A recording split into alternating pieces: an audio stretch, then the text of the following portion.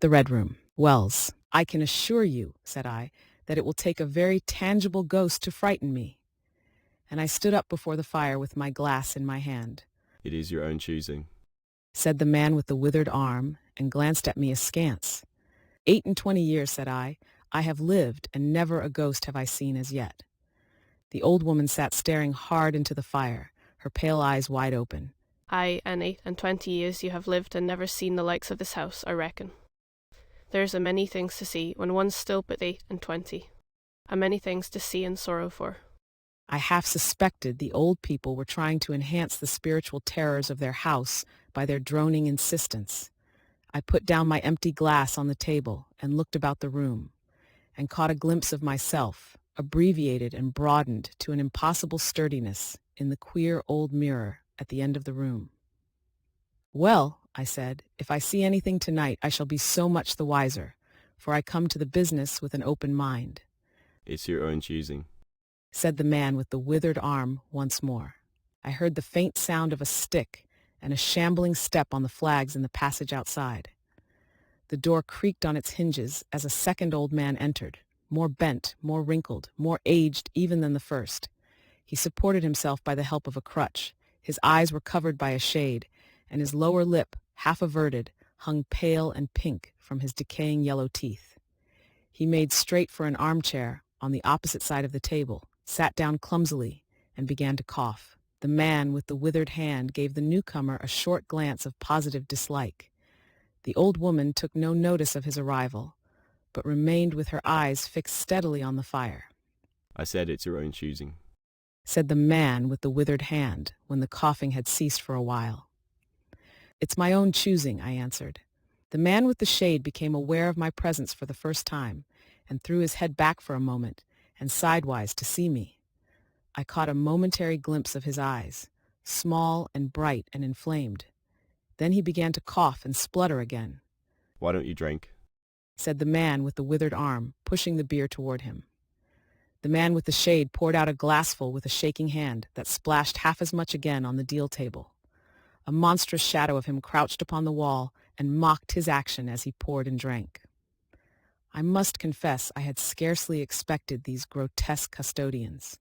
There is, to my mind, something inhuman in senility, something crouching and atavistic. The human qualities seem to drop from old people insensibly day by day. The three of them made me feel uncomfortable with their gaunt silences, their bent carriage, their evident unfriendliness to me and to one another.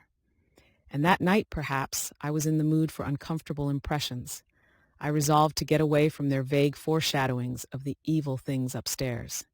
If, said I, you will show me to this haunted room of yours, I will make myself comfortable there. The old man with the cough jerked his head back so suddenly that it startled me, and shot another glance of his red eyes at me from out of the darkness under the shade, but no one answered me. I waited a minute, glancing from one to the other. The old woman stared like a dead body, glaring into the fire with lackluster eyes. If, I said, a little louder, if you will show me to this haunted room of yours, I will relieve you from the task of entertaining me. There's a candle on the slab outside the door. Said the man with the withered hand, looking at my feet as he addressed me. But if you go to the Red Room tonight, This night of all nights. Said the old woman softly. uh, Very well, I answered shortly, and which way do I go? you go along the passage for a bit, Said he, nodding his head on his shoulder at the door. until you come to a spiral staircase, and on the second landing is a door covered with green baize. Go through that, and down the long corridor to the end, and the Red Room is on your left up the steps. Have I got that right? I said, and repeated his directions. He corrected me in one particular. And you are really going? Said the man with the shade, looking at me again for the third time with that queer, unnatural tilting of the face. This night of all nights. Whispered the old woman. It is what I came for, I said, and moved toward the door. As I did so, the old man with the shade rose and staggered round the table so as to be closer to the others and to the fire. At the door I turned and looked at them, and saw they were all close together, dark against the firelight, staring at me over their shoulders, with an intent expression on their ancient faces. Good night, I said, setting the door open. It's your own choosing. said the man with the withered arm. I left the door wide open until the candle was well alight, and then I shut them in and walked down the chilly, echoing passage. I must confess that the oddness of these three old pensioners in whose charge her ladyship had left the castle, and the deep-toned, old-fashioned furniture of the housekeeper's room in which they foregathered, had affected me curiously, in spite of my effort to keep myself at a matter-of-fact phase. They seemed to belong to another age, an older age, an age when things spiritual were indeed to be feared, when common sense was uncommon, an age when omens and witches were credible, and ghosts beyond denying. Their very existence, thought I, is spectral. The cut of their clothing, fashions born in dead brains, the ornaments and conveniences in the room about them even are ghostly, the thoughts of vanished men, which still haunt rather than participate in the world of today. And the passage I was in, long and shadowy, with a film of moisture glistening on the wall, was as gaunt and cold as a thing that is dead and rigid. But with an effort, I sent such thoughts to the right about. The long, drafty subterranean passage was chilly and dusty, and my candle flared and made the shadows cower and quiver. The echoes rang up and down the spiral staircase, and a shadow came sweeping up after me, and another fled before me into the darkness overhead. I came to the wide landing and stopped there for a moment, listening to a rustling that I fancied I heard creeping behind me, and then, satisfied of the absolute silence, pushed open the unwilling baize-covered door and stood in the silent corridor. The effect was scarcely what I expected, for the moonlight, coming in by the great window on the grand staircase, picked out everything in vivid black shadow or reticulated silvery illumination. Everything seemed in its proper position. The house might have been deserted on the yesterday instead of 12 months ago. There were candles in the sockets of the sconces, and whatever dust had gathered on the carpets or upon the polished flooring was distributed so evenly as to be invisible in my candlelight. A waiting stillness was over everything. I was about to advance and stopped abruptly. A bronze group stood upon the landing, hidden from me by a corner of the wall, but its shadow fell with marvelous distinctness upon the white paneling and gave me the impression of someone crouching to waylay me. The thing jumped upon my attention suddenly. I stood rigid for half a moment, perhaps. Then, with my hand in the pocket that held the revolver, I advanced, only to discover a Ganymede and eagle glistening in the moonlight. That incident for a time restored my nerve, and a dim porcelain Chinaman on a buhl table, whose head rocked as I passed, scarcely startled me. The door of the Red Room and the steps up to it were in a shadowy corner. I moved my candle from side to side in order to see clearly the nature of the recess in which I stood before opening the door. Here it was, thought I, that my predecessor was found, and the memory of that story gave me a sudden twinge of apprehension. I glanced over my shoulder at the black Ganymede in the moonlight, and opened the door of the Red Room rather hastily, with my face half turned to the pallid silence of the corridor. I entered, closed the door behind me at once, turned the key I found in the lock within, and stood with the candle held aloft, surveying the scene of my vigil, the great Red Room of Lorraine Castle, in which the young Duke had died, or rather in which he had begun his dying, for he had opened the door and fallen headlong down the steps I had just ascended. That had been the end of his vigil, of his gallant attempt to conquer the ghostly tradition of the place, and never, I thought, had apoplexy better served the ends of superstition. There were other and older stories that clung to the room, back to the half-incredible beginning of it all, the tale of a timid wife and the tragic end that came to her husband's jest of frightening her. And looking round that huge shadowy room with its black window bays, its recesses and alcoves, its dusty brown-red hangings and dark gigantic furniture, one could well understand the legends that had sprouted in its black corners, its germinating darknesses. My candle was a little tongue of light in the vastness of the chamber. Its rays failed to pierce to the opposite end of the room, and left an ocean of dull red mystery and suggestion, sentinel shadows and watching darknesses beyond its island of light. And the stillness of desolation brooded over it all. I must confess some impalpable quality of that ancient room disturbed me. I tried to fight the feeling down. I resolved to make a systematic examination of the place, and so, by leaving nothing to the imagination, dispel the fanciful suggestions of the obscurity before they obtained a hold upon me. After satisfying myself of the fastening of the door, I began to walk round the room, peering round each article of furniture, tucking up the valances of the bed and opening its curtains wide. In one place there was a distinct echo to my footsteps. The noises I made seemed so little that they enhanced rather than broke the silence of the place. I pulled up the blinds and examined the fastenings of the several windows. Attracted by the fall of a particle of dust, I leaned forward and looked up the blackness of the wide chimney. Then, trying to preserve my scientific attitude of mind, I walked round and began tapping the oak paneling for any secret opening, but I desisted before reaching the alcove. I saw my face in a mirror, white. There were 2 big mirrors in the room, each with a pair of sconces bearing candles, and on the mantel-shelf, too, were candles in china candlesticks. All these I lit one after the other. The fire was laid, an unexpected consideration from the old housekeeper, and I lit it to keep down any disposition to shiver, and when it was burning well, I stood round with my back to it and regarded the room again. I had pulled up a chintz-covered armchair and a table to form a kind of barricade before me. On this lay my revolver, ready to hand. My precise examination had done me a little good, but I still found the remoter darkness of the place and its perfect stillness too stimulating for the imagination. The echoing of the stir and crackling of the fire was no sort of comfort to me. The shadow in the alcove at the end of the room began to display that undefinable quality of a presence, that odd suggestion of a lurking living thing that comes so easily in silence and solitude.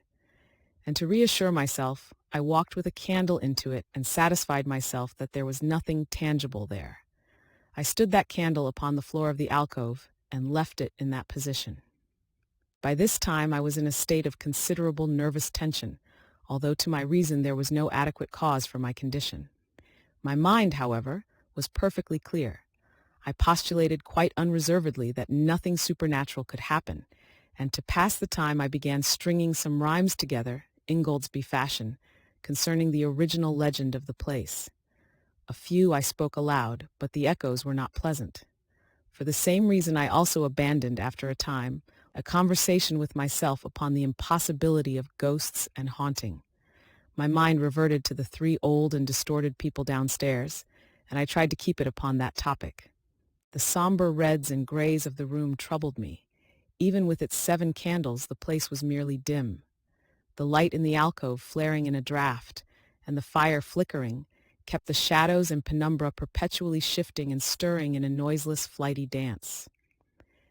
Casting about for a remedy, I recalled the wax candles I had seen in the corridor, and with a slight effort, carrying a candle and leaving the door open, I walked out into the moonlight, and presently returned with as many as 10.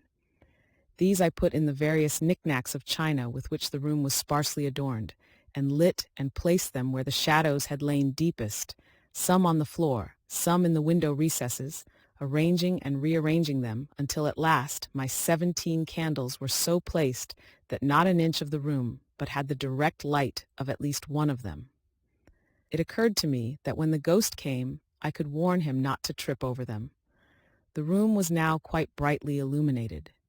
There was something very cheering and reassuring in these little silent streaming flames, and to notice their steady diminution of length offered me an occupation and gave me a reassuring sense of the passage of time. Even with that, however, the brooding expectation of the vigil weighed heavily enough upon me. I stood watching the minute hand of my watch creep towards midnight. Then something happened in the alcove.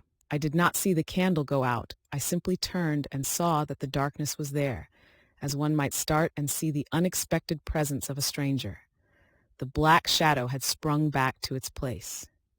"By Jove," said I aloud, recovering from my surprise, "that draft's a strong one," and taking the matchbox from the table, I walked across the room in a leisurely manner to relight the corner again. My first match would not strike, and as I succeeded with the second, something seemed to blink on the wall before me. I turned my head involuntarily and saw that the 2 candles on the little table by the fireplace were extinguished. I rose at once to my feet. Odd, I said. Did I do that myself in a flash of absent-mindedness? I walked back, relit one, and as I did so I saw the candle in the right sconce of one of the mirrors wink and go right out, and almost immediately its companion followed it. The flames vanished as if the wick had been suddenly nipped between a finger and thumb, leaving the wick neither glowing nor smoking, but black. While I stood gaping, the candle at the foot of the bed went out, and the shadows seemed to take another step toward me. "This won't do," said I, and first one and then another candle on the mantel-shelf followed. "What's up?" I cried, with a queer high note getting into my voice somehow. At that, the candle on the corner of the wardrobe went out, and the one I had relit in the alcove followed. "Steady on," I said. "Those candles are wanted," speaking with a half-hysterical facetiousness and scratching away at a match the while, for the mantel candlesticks. My hands trembled so much that twice I missed the rough paper of the matchbox. As the mantel emerged from darkness again, 2 candles in the remoter end of the room were eclipsed. But with the same match, I also relit the larger mirror candles, and those on the floor near the doorway, so that for the moment I seemed to gain on the extinctions. But then in a noiseless volley, there vanished 4 lights at once in different corners of the room, and I struck another match in quivering haste, and stood hesitating whither to take it. As I stood undecided, an invisible hand seemed to sweep out the 2 candles on the table. With a cry of terror, I dashed at the alcove, then into the corner, and then into the window, relighting 3 as 2 more vanished by the fireplace. And then, perceiving a better way, I dropped matches on the iron-bound deed box in the corner and caught up the bedroom candlestick. With this, I avoided the delay of striking matches, but for all that the steady process of extinction went on, and the shadows I feared and fought against returned and crept in upon me, first a step gained on this side of me, then on that. I was now almost frantic with the horror of the coming darkness, and my self-possession deserted me. I leaped, panting, from candle to candle in a vain struggle against that remorseless advance. I bruised myself in the thigh against the table. I sent a chair headlong. I stumbled and fell, and whisked the cloth from the table in my fall. My candle rolled away from me, and I snatched another as I rose. Abruptly, this was blown out as I swung it off the table by the wind of my sudden movement, and immediately the 2 remaining candles followed. But there was light still in the room, a red light that streamed across the ceiling and staved off the shadows from me. The fire! Of course, I could still thrust my candle between the bars and relight it. I turned to where the flames were still dancing between the glowing coals and splashing red reflections upon the furniture, made 2 steps toward the grate, and incontinently the flames dwindled and vanished, the glow vanished, the reflections rushed together and disappeared, and as I thrust the candle between the bars, darkness closed upon me like the shutting of an eye, wrapped about me in a stifling embrace, sealed my vision, and crushed the last vestiges of self-possession from my brain. And it was not only palpable darkness, but intolerable terror. The candle fell from my hands. I flung out my arms in a vain effort to thrust that ponderous blackness away from me, and lifting up my voice, screamed with all my might, once, twice, thrice. Then I think I must have staggered to my feet. I know I thought suddenly of the moonlit corridor, and with my head bowed and my arms over my face, made a stumbling run for the door.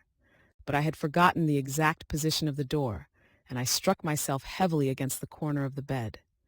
I staggered back, turned, and was either struck or struck myself against some other bulky furnishing.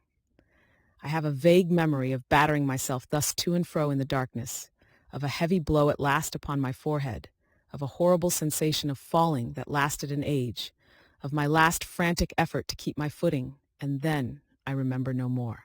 I opened my eyes in daylight. My head was roughly bandaged, and the man with the withered hand was watching my face.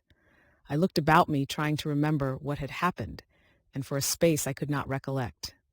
I rolled my eyes into the corner and saw the old woman, no longer abstracted, no longer terrible, pouring out some drops of medicine from a little blue phial into a glass. "Where am I?" said. "I seem to remember you, and yet I cannot remember who you are." They told me then, and I heard of the haunted Red Room as one who hears a tale. We found you at dawn, and there was blood on your forehead and lips. I wondered that I had ever disliked him. The three of them in the daylight seemed commonplace old folk enough. The man with the green shade had his head bent as one who sleeps. It was very slowly I recovered the memory of my experience. You believe now that the room is haunted. He spoke no longer as one who greets an intruder, but as one who condoles with a friend. Yes, said I, the room is haunted. And you have seen it. And we who have been here all our lives have never set eyes upon it, because we have never dared. Tell us, is it truly the old Zoe who... No, said I, it is not. I told you so. It is his poor young countess who was frightened. It is not, I said. There is neither ghost of earl nor ghost of countess in that room. There is no ghost there at all, but worse, far worse, something impalpable. Well? The worst of all the things that haunt poor mortal men, said I, and that is, in all its nakedness, fear. Fear that will not have light nor sound, that will not bear with reason, that deafens and darkens and overwhelms. It followed me through the corridor. It fought against me in the room. I stopped abruptly. There was an interval of silence. My hand went up to my bandages. The candles went out one after another, and I fled. Then the man with the shade lifted his face sideways to see me and spoke. That is it. I knew that was it. A power of darkness. To put such a curse upon a home. It lurks there always. You can feel it even in the daytime, even of a bright summer's day, in the hangings, in the curtains keeping behind you however you face about. In the dusk it creeps in the corridor and follows you so that you dare not turn. It is even as you say. Fear itself is in that room. Black fear. And there it will be, so long as this house of sin endures.